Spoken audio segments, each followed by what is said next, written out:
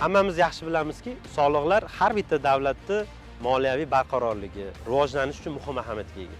Chunki aynan biz to'laydigan soliqlar orqali mamlakatning infratuzilmasini yaxshilashga, shu jumladan maktablar yangi, bog'chalar, shifoxonalar, yo'llar qurishga yoki deylik fuqarolarga ko'rsatiladigan tibbiy ta'lim xizmatlarini yaxshilashga, mamlakatda ijtimoiy adolatni barqaror topishiga, iqtisodiy o'sishga erishishga va eng asosiysi har birimiz uchun muhim bo'lgan tinchligimizni, xavfsizligimizni ta'minlashga erishamiz.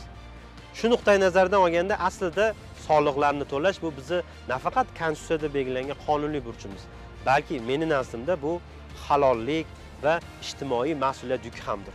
Men ishonamanki, biz mas'uliyatni his qiladigan, qonunlarga bo'ysunadigan, qonuniy majburiyatlarimizni ado etishdan faxrlanadigan xalqmiz. Ko'p hollarda bilmadim, e'tiborsizlikdanmi yoki bir bilmaslik oqibatidami soliq to'lovlarini, soliq majburiyatimizni o'z vaqtida ado etish yodimizdan ko'tariladi.